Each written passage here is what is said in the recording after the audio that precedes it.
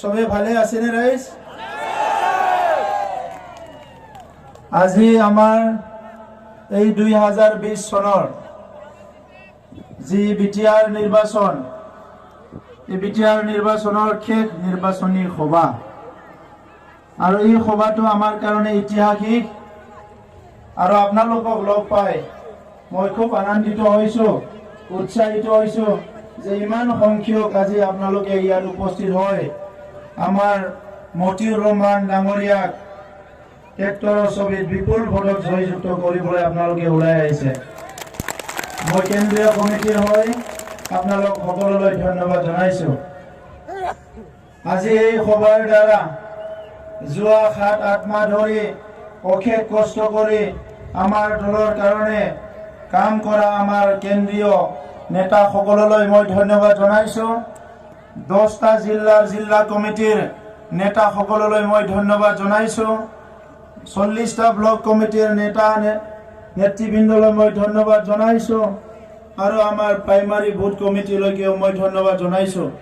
আৰু আজি এই চেগতে মই আমাৰ minority cell, SC cell, T cell, youth cell, মহিলা সেল, যিমানখিনি সেল আছে সকলো সেললৈ মই ধন্যবাদ জনাইছোঁ।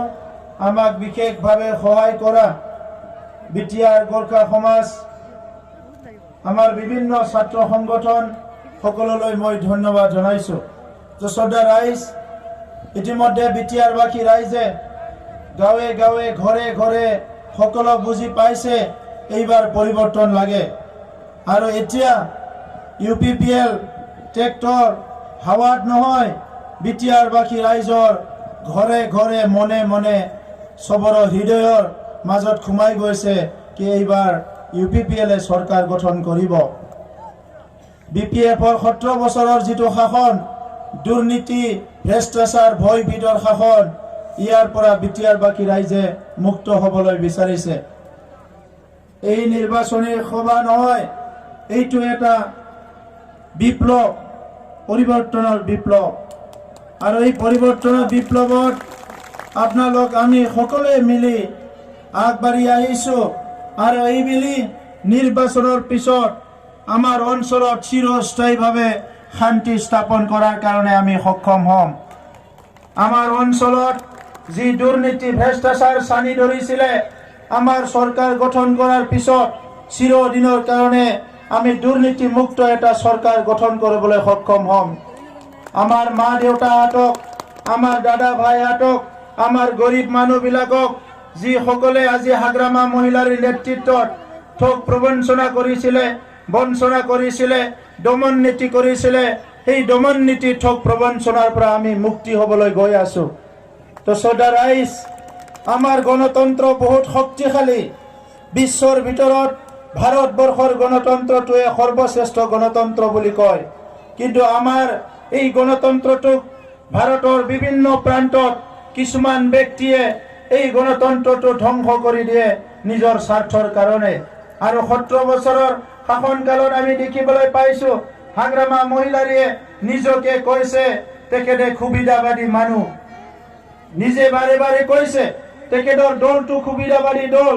আৰু সেইকাৰণে আজি তেখেতে নিজৰ সুবিধাৰ কাৰণে, নিজৰ লাভৰ কাৰণে ৰাইজৰ যিকোনো কাম কৰিব পাৰে, ৰাইজক ঠগাব পাৰে, ৰাইজক যিকোনো কাম তেখেতে কৰিব পাৰে। আৰু ইয়াৰ কাৰণে আমি যোৱা 15 বছৰে 17 বছৰে আমাৰ অঞ্চল উন্নয়ন হোৱা নাই। আমাৰ অঞ্চলৰ ৰাস্তা ঘাট নাই, আমাৰ অঞ্চলৰ স্কুল কলেজ ভাল নহয়, আমাৰ অঞ্চলত হস্পিটাল নাই। আমাৰ জীৱন যাপন কৰিবলৈ যি মিনিমাম সুবিধা লাগে এই সুবিধাখিনি আজিলৈকে প্ৰদান কৰা নাই। 17 বছৰত 6000 কোটি টকা আহিল, এই 6000 কোটি টকা ক'ত গ'ল? হাগ্ৰামা মহিলাৰে আজিলৈকে ৰাইজক হিচাপ দিয়া নাই। খুটা কম্বলৰ নামত 15 কোটি টকা খালে, কিমানখিনি টকা ক'ৰ পৰা আনি খালে ইয়াৰ হিচাপ নাই। শ্ৰদ্ধা ৰাইজ, এইটো সময়, এই সময়টো আমি ল'ব লাগিব।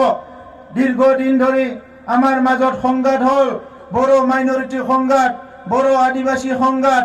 এই সংঘাতবিলাকত বিভিন্ন সময়ত যিসকল মানুহ হাৰাশাস্তি হৈছে, ঘৰ বাৰী জ্বলিছে, জীৱন দিব লগা হৈছে, এই সকলৰ পুনৰ সংস্থাপনৰ কাৰণে 100 কোটি টকা আহিছিলে, কিন্তু সেই 100 কোটি টকা হাগ্ৰামা মহিলাৰ বিপিএফে খাই দিলে, ৰাইজক 1 টকাও নিদিলে। মাইনৰিটি ডেভেলপমেণ্টৰ কাৰণে তেখেতসকলে একো নকৰিলে। বিটিআৰ চুক্তি কৰাৰ লগে লগে আমাৰ গভৰ্ণমেণ্টত এতিয়া যিটো গভৰ্ণমেণ্ট হ'ব, ইয়াত মাইনৰিটি ডেভেলপমেণ্ট ডিপাৰ্টমেণ্ট আহি যাব, আৰু সেই ডিপাৰ্টমেণ্টৰে বছৰত 100, 200, 300 কোটি টকাৰে আপোনালোকে উন্নয়ন কৰিব পাৰিব। আজি এই বিটিআৰ বাকীৰ ভিতৰত যিসকল আছে, আজি বঙালীসকলক বিপিএফে ঠগাইছে, মাইনৰিটিক ঠগাইছে, অসমীয়াক ঠগাইছে, নাথ যোগীক ঠগাইছে, সকলো জাতি জনগোষ্ঠীক হাগ্ৰামা মহিলাৰীয়ে ঠগাইছে, হাগ্ৰামা মহিলাৰী বড়োসকলকো ঠগাইছে। শ্ৰদ্ধা ৰাইজ, আপুনি মুছলমান, আপুনি অসমীয়া, আপুনি বড়ো, আপুনি নাথ যোগী, আপুনি অমুক কোচ ৰাজবংশী, কিন্তু ইয়াৰ ভিতৰত আপুনিও মানুহ, ময়ো মানুহ। এজন মানৱে আনজন মানুহৰ দুখ দুৰ্যোগ বুজি পাব লাগিব, সেইটোকে মানৱ ধৰ্ম বুলি কয়। গতিকে আজিৰ সময়ত আমাৰ অঞ্চলত সকলো জাতি জনগোষ্ঠী মিলি পেলাই এটা শান্তিৰ বিটিআৰ আমি গঢ়িব লাগিব, উন্নয়নৰ বিটিআৰ গঢ়িব লাগিব, যি বিটিআৰে বিশ্বৰ ভিতৰতে শান্তি আৰু প্ৰগতিৰ এটা অঞ্চল হ'ব লাগিব। আৰু আমি চবে মিলি একেলগে ইয়াত আমি বিহু মানিম, ইয়াত আমি বৈশাগু মানিম, ইয়াত আমি ঈদ মানিম, যিমানখিনি ফেষ্টিভেল আছে ইয়াতে দুৰ্গা পূজা, কালী পূজা আমি একেলগে কৰিম, দেৱালী, হোলী আমি একেলগে কৰিম। তেনেকুৱা এটা সুন্দৰ বিটিআৰ আমি গঢ়িব লাগিব। আৰু সেই বিটিআৰ গঢ়াৰ কাৰণে হাগ্ৰামা মহিলাৰীয়ে নোৱাৰে, কাৰণ 17 বছৰে তেখেতে মদ, ভাং আৰু দাদাগিৰিৰহে চৰকাৰ চলালে। আপোনালোকক মই স্পষ্ট কৰি দিছোঁ, আমাৰ চৰকাৰ গঠন কৰাৰ পিছত ইয়াত আৰু কোনো দাদাগিৰি কৰিব নোৱাৰিব, চবকে ঠাণ্ডা কৰি দিয়া হ'ব। যিসকলে গৰীব দুখীয়া মানুহৰ পইচা খাইছে সেইবিলাক জেলত লাব লাগিব, যোনে সমাজত দাদাগিৰি কৰি আছে সেইসকল কিন্তু চবে ঠাণ্ডা কৰি দিয়া হ'ব। আমাৰ মা দেউতাবিলাকক কিনিব আহে বিপিএফে, কেতিয়াবা ভয় খুৱাই, কেতিয়াবা 200 টকা দিন, 300 টকা দি ইলেকশ্যনত কিনিবলৈ আহে। আমাৰ মানুহবিলাক বস্তু নহয়। সেইকাৰণে ৰাইজ সজাগ হওক। আমি শক্তিশালী এটা প্ৰদৰ্শন, মানে কি আমাৰ গণতন্ত্ৰ শক্তিটো প্ৰদৰ্শন কৰিব লাগিব। এইখিনি কথাই ক'লো, দীঘলীয়া নকওঁ। सिबिनां रायजोफोर बयनिसिमबो खुलुमबाय। दा बे समाव आङो नोंथांमोनखौ बयखौबो गोसो गोरबोजों खावलायनो सानो कि जोंहा मोनसे मोजां समाज दानो थाखाय बड'फानि जि सिमां गेरेमसा हारि दानाय बेखौ मोगथां महर होनो थाखाय जोङो राजखान्थियाव सोलायनाय लाबोनांगोन। 17 बोसोराव हाग्रामा महिलारिया जोंनियाव सोलायनाय लाबोगोन, जौगानाय लाबोगोन होननानै जोङो नेबाय थाबाय, नाथाय बेबायदि जेबो खालामाखिसै। दा बिनिखायनो दिनै जोंनि मानसिफ्राबो न' सावजाजों दुखु खैफोदाव गोलैनांदों। बै आइ आफा रायजो राजाफोरखौ बिथांमोना नायफिनाखिसै। दा नंखायनो सरकारखौ सोलायनानै जोंनि हारिनि खहा जानायफोरखौ जों सुफुंनो आरो गोरिब गुन्द्राफोरखौ बोखांनो, जोंनि लाइमोनफोरनो खामानि होनो, मोनसे मोजां गेरेमसा हारि दानो, जोंनि बाथौ थानसालि ब्रह्म मन्दिरफोरखौ लुफुंजोबनो, गामिफोरखौ मोजां साबना हामना खालामनो गोदान सरकार मोनसे लाबोनांगोन। दा बेखौनो आङो नोंथांमोननि सिगाङाव खावलायबाय। কোনোবা কৈ আছে যে বিজেপিৰ লগত আণ্ডাৰষ্টেণ্ডিং আছে, কাৰোবাৰ লগত আণ্ডাৰষ্টেণ্ডিং আছে, ইউপিপিএলৰ তলে তলে উমুকৰ লগত মানে এলায়েন্স আছে। শ্ৰদ্ধা ৰাইজ, মই ক'ব বিচাৰিছোঁ আমাৰ কাৰো লগত এলায়েন্স আণ্ডাৰষ্টেণ্ডিং নাই। আমাৰ এটাৰে লগত এলায়েন্স আছে, সেইটো হ'ল আমাৰ 35 লক্ষ বিটিআৰ অঞ্চলৰ জনগণ। ৰাইজৰ লগত এলায়েন্স আছে, আমাৰ ৰাইজৰ লগত বুজা পৰা আছে, আৰু কাৰো লগত বুজা পৰা নাই। এই নিৰ্বাচনটো আমি অকলে খেলিছোঁ আৰু অকলে জিকিবলৈ গৈ আছোঁ, অকলে চৰকাৰ বনাবলৈ গৈ আছোঁ। এই সময়ত যদি কোনোবা আমাৰ লগত আহে, দাদাহাত আমি ভাইহাত আমি চৰকাৰ বনাত আপোনালোকৰ লগত থাকিম, ভাল চিন্তা আমিও কৰিছোঁ, তেতিয়া আমাৰ দৰ্জা মুকলি থাকিব, আহিব পাৰিব। কিন্তু আমি চৰকাৰ অকলে গঠন কৰিম, অকলে নিৰ্বাচন খেলিছোঁ। গতিকে মই আহ্বান কৰিছোঁ ফকিৰা গ্ৰামৰ ৰাইজে স্বতঃস্ফূৰ্তভাৱে ভোট দি মতিয়াৰ ৰহমান ডাঙৰীয়াক জিকাব লাগে। আৰু ছেকেণ্ড ফেজ ইলেকশ্যন অহা পৰহি হ'ব। এই ছেকেণ্ড ফেজ ইলেকশ্যনত যি 19টা সিট আছে চিৰাং কোকৰাঝাৰত, প্ৰত্যেকটা সিটতে সকলো জাতি জনগোষ্ঠী, আমাৰ অঞ্চলত বসবাস কৰা বিভিন্ন ধৰ্মৰ লোক একত্ৰিত হৈ পেলাই এই 19টা সিট যাতে ইউপিপিএলক জিকায় আৰু পৰিৱৰ্তন আনে, আপোনালোকক মই আহ্বান কৰিছোঁ।